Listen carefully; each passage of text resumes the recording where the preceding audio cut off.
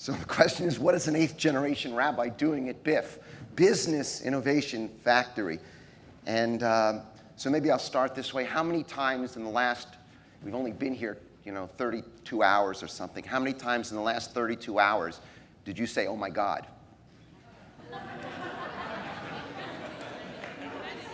Many, right? I mean, is there one talk that you didn't say, oh my God, at least once? At least once, and some 10 times, 20 times? How many holy tears were shed? Right? So it turns out we're in this crazy moment. Everybody knows we're in this crazy moment of transition. That's like the joke that Adam and Eve were leaving the Garden of Eden. And Adam turned to Eve and said, honey, we're living in a moment of transition. And it turns out we really are. And one of the transitions is it's not clear what it means to be religious, where we're religious, and who's religious. The most religious people are the least religious people. The most sacred spaces are the least sacred spaces. The most secular spaces for 32 hours become these incredible, incredible sacred spaces. So one of the things we need to do is we need to innovate in religion. And I'm always the only religious, not person, but the only religious, whatever we mean by leader, right, in any of these conferences that I go to. And the first time I recognized that the sacred was happening in a different place, and we had this incredible need to really innovate in very significant ways in the domain of religion. And we talk about innovation in every other domain. I was actually at TED 11. Richard was here, and he called me up one day, and he says to me, Irwin, you have 30 seconds. You don't know who I am. I run this thing called TED. You have 60 seconds to say yes. I said, what am I saying yes to? He says, you'll close the conference, Ted. It's the first religion person that I've ever invited because I think religion is stupid. And you have 30 seconds to say yes. And if you don't say yes, you'll be making the biggest mistake. You now have 20 seconds. 10 seconds, and I said yes, and it was a transformative moment in my life because I watched about 800 people in a room. This was when it was in Monterey, and Dean Kamen was there, and this wheelchair that stood up, which I know has not gotten funded because it's very expensive and that's complicated, but it stood up because it has all this technology in it, and he put this, it was not yet accepted by the FDA, he put this 12-year-old girl came out in a wheelchair, put her in the wheelchair, and had her mother stand next to her, and the wheelchair stood up. I don't know if you've seen that. You can Google it. The wheelchair stood up, and the mother burst out in tears, and everybody got scared. We didn't know what happened. And Dean Kamen said, what's the matter? And the mother said, I've never seen my daughter face to face standing up. And 800 people, Andrew Grove was in the room, and Jeff Bezos, that was, when all those heavyweights came. And every single person was crying. And I said, oh my God. I mean, I don't mean it that way, but I said, oh my God. And I got up at the end and I said, look, we're finished. Religious leadership is over. We have nothing to contribute except to be in the conversation now. Because we are in a moment of reimagining what it's going to mean to be human. And that was TED 10. Now where are we? We're 3D printing organs soon. We have robotics, we have nanotechnology, we have mindware where we're going to be mapping the brain. What does all that mean for what it means to be a human being? And it turns out that the most complicated thing is that is going to be the hardware of humanity. But how the hardware of humanity gets used will be very, very dependent on the software of humanity, the interior life of humanity. And as we learn to compress time and space in the building of material objects and the creating and the controlling, and thank God, and I mean that really, thank God that we're learning how to do that. We're close, we're within potentially 20 years of a post-scarcity world. But how we use the hardware with that kind of power, it becomes incredibly important for us to have not only cognitive enhancement, not only physical enhancement, but to have moral enhancement. Because it turns out every single person in this room is psychologically and morally, relatively speaking, incredibly evolved. Amongst the most evolved people the planet has ever produced.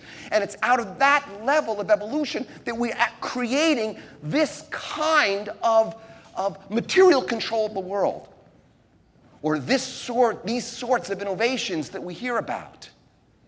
But it turns out the innovations and the powerful innovations produced at this level of evolution can be used by people at this level of evolution.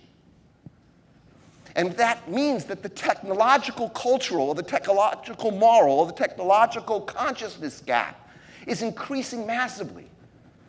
So a teenager with a smartphone has more power to organize than a medieval king. Now, so that means either you organize like, he's amazing. I mean, it's amazing that you can. That's amazing. You're amazing. I don't know. Everybody's amazing. But no, everybody is, you know. I believe that we're living in a maze of grace. It's a maze of grace. I know it's not amazing grace yet. I know as a rabbi, it'd be weird to say that. But a maze of grace, you know? So how do we disrupt? And next story is my life got changed first in TED, and then I have to thank Fast Company, because they, right after that, wrote an article about me saying I was one of the religious innovators, and those two words had never been put together. And since then, in like 2000, that's like the first thing on my bio. So to see Alan here, I was like, thank you, thank you. And gratitude's really important. Thank you, Saul. Thank you, Saul. And thank you for like having conversations with some rabbi, you know? A friend of mine, Craig Hatkoff, one of the co-founders of the Tribeca Film Festival, gives me a book, an entrepreneur, serial entrepreneur. It's like a rabbi and a serial entrepreneur walk into a bar. And he gives me a book. It's called it's Clay Christensen's first book. And he said, I have no idea why I'm giving you this book. He gives me this book, The Innovators Dilemma. I go home, I start reading it, I stay up all night, I read the whole book. I don't understand all the business stuff, but I do understand for the first time who I am. I'm a disruptive religious innovator. And disruptive innovation, and I know there's a lot of theories of innovation, and that's the one, you know, everybody has their own traditions, right? Some people are Hindu, some people are Jewish, some people are Christian. I'm a disruptive innovator, okay? And I look and I say, oh my gosh, that's what we need. What is the job to get done of religion? We've lost it. What are the jobs to get done? How do we make it how do we make the products and processes and services of religion, which mean in religious language, the wisdom and practices? Religion's just a technology. It's just a toolbox. And it can be used to do such terrible things, and it can be used to create such nobility. And there has to be something between psychopaths and saints. And that was what I think Gareth said, that was great. Between psychopaths and saints. It's called regular people struggling and wrestling with how the world is. And so what we have to do is we have to begin to be what I call early moral adopters, right?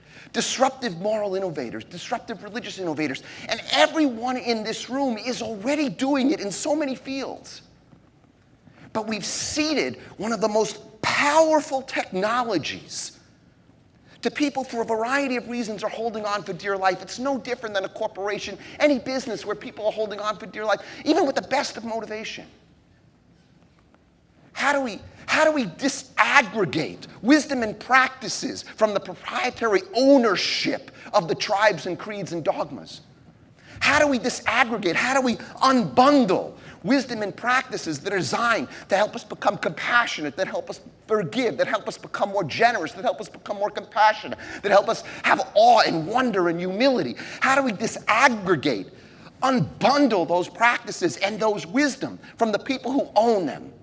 How do we move Eric Raymond? I got to meet Eric Raymond. I don't know if you know who he is. He's a little crazy, but really amazing guy. Wrote an article called Cathedral and the Bazaar about code. It had nothing to do with religion. But I had this opportunity to meet him, and I said, oh my God, you've influenced me so much. You know why? Because we're moving from the real cathedrals to the bazaars.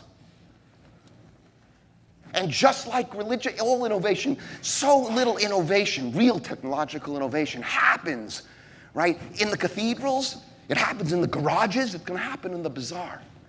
It's happening in our lives all the time. And design is so important. That's why I love to talk to the designers. What do you think a mandala was? What do you think a dharma wheel was? What do you think a cross is? What do you think a Jewish star is? What do you think a labyrinth is? These were all incredible designs of a product that shaped consciousness, shaped awareness. How well it worked, how not well it worked, we don't even have the metrics. And the neuroscientists in the room, and the positive psychologists in the room, and the people that understand social change, we need metrics on what practices work. What does it mean to meditate on a Corpus Christi? Does it work, or do you become a bastard? What does it mean to actually go on Yom Kippur? Does it make any difference? Are you more forgiving, or are you an asshole? No, it's very, very important. We need to know. It's very, very, very important that we begin to use the metrics, the capacity to really, and big data. Gosh, I was speaking to this guy. He's running this company, starting to run this company, Badge or something. It's in San Francisco. And they, like, amongst the many people trying to organize big data to influence consumer behavior. Well, fantastic. Influence choice. That sounds like a real religious job. We're always trying to influence choice. We can influence choice to the most minutest level now. What if we actually took 1 hour a week in all those big data companies and said, what would it mean to incentivize ethical behavior? Because if we don't compress the time and space that it takes to create good people, we're going to be in very big trouble. And I'm incredibly optimistic. But the big idea is we better create good people. Because all the regulation in the world and all the laws in the world are finished. They're not going to work anymore in this world. The seeing eye, EYE, that seeing eye in the sky, that seeing eye better become a seeing eye. In this country, the fastest growing demographic in religion is none, and that's not N-U-N. That's N-O-N-E. That's the fastest growing denomination. Over 30% of people under 32 have no religious affiliation. 27% of all Americans do not use clergy at funerals. The last thing religion was for was death management. They're not even using it for that. So what are people doing? People are taking permission to construct their own identities in brand new ways because we have access to resources. We can not disaggregate not only the levels that I was talking about, but we can actually mix and match. We can take a Buddhist practice that may work for one part of our life and a Jewish practice that will work for another part of our life. And a philosophical practice that will work for another part. And we have to begin to mix and blend and bend and switch. Which, by the way, the next generation is already. I have a daughter, Gabriella. She has an unbelievable 4 or 5 day a week yoga practice. She can bend herself in ways that, and I look, it hurts. And it's deeply spiritual because she has a flexible inner spirit. And she has a Sabbath practice. Last story. Today is actually, I know there's a lot of Jewish holidays. Today is a Jewish holiday. It's called Sukkot, which means tabernacle. It's a 7-day meditation in which traditional Jews build a temporary hut that's outside. Some people eat in all 3 meals, some people sleep in it. It's open to the stars. It rains in your soup. And it's a meditation, a full body meditation for 7 days on what is it that makes us vulnerable and what is it that makes us secure. Where does genuine security come from? And you leave your home and you leave the security, it's only 2.5 walls. A wind has to be able to blow it down, a strong wind. Where does real security lie? Especially as you begin to control the material world in ways we never could before. I have never worked on a Jewish holiday. I have never stayed away from home that way. And when Saul called, I said, gosh, oh my God, I don't know what to do. It's this holiday. And I really had to think, could I turn this reality, I guess from virtual reality, which is what the sukkah really is, it's virtual reality, it's an early technology, into virtuous reality. And I initially said to Saul, I can come, but only Wednesday, and I have to leave Wednesday in time for nightfall because our holidays start in the evening. And then I called him and said, no, I want to speak on Thursday. I want to speak on the first day of the holiday. Because the truth is, this is the tabernacle. And this is sacred space. And the way in which we are genuinely secure is by building connections and community, by having genuine and authentic conversation, by networking, by the amazing amounts of wisdom we heard. That's what we do in the sukkah. So this became a sukkah, and it gets dismantled, tonight. And then we really have to turn virtual reality into virtuous reality. I leave you with this practice. It's a practice that can only happen because of a cell phone. It turns out that I like the idea of having practices that use technology that change kind of the currency and the template of my day. So after 9/11, which was, the anniversary was just a little bit after 9/11, it was, I lived in New York City, as many people. It was very, very despairing. I had a lot of bitterness, I had a lot of resentment, I had a lot of fear. And I found myself, I don't mean it politically, but I found myself sometimes feeling like George Bush. And I didn't want to feel that way. And one day I was reading the New York Times. And the New York Times had final cell phone conversations. Those are conversations in the dearness of the vanishing moment that we could only have because we have technology. Cell phones worked. And voicemail worked, so we actually have the language. And I read them, and I was blown away because every single one that I read, every single one, was filled with love.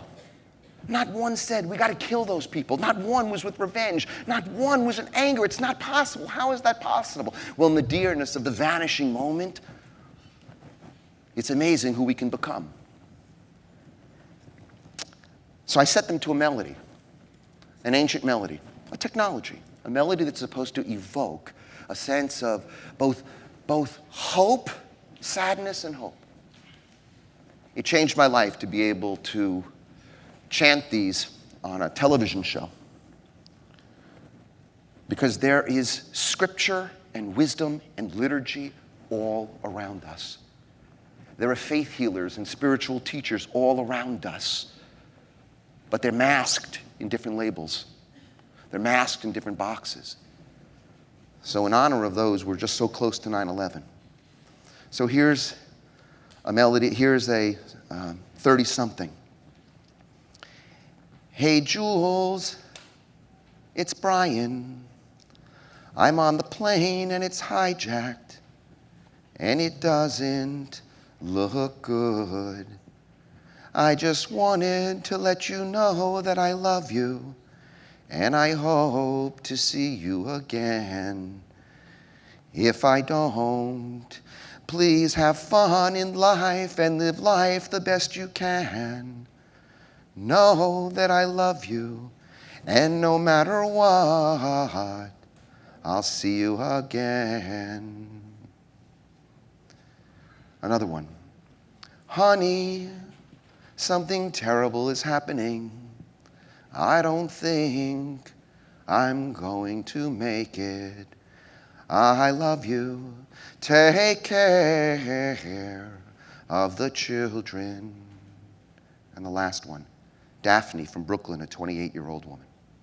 Mommy, the building's on fire. There's smoke coming through the walls. I can't breathe. I love you, Mommy. Goodbye. So we have to make love and empathy the source of all our design. I once asked Ray Kurzweil, does God exist? And he happens to be my cousin. My wife is here, Dana, and we're cousins. And I asked Ray, does God exist? Like this, he went, not yet. Thank you very much.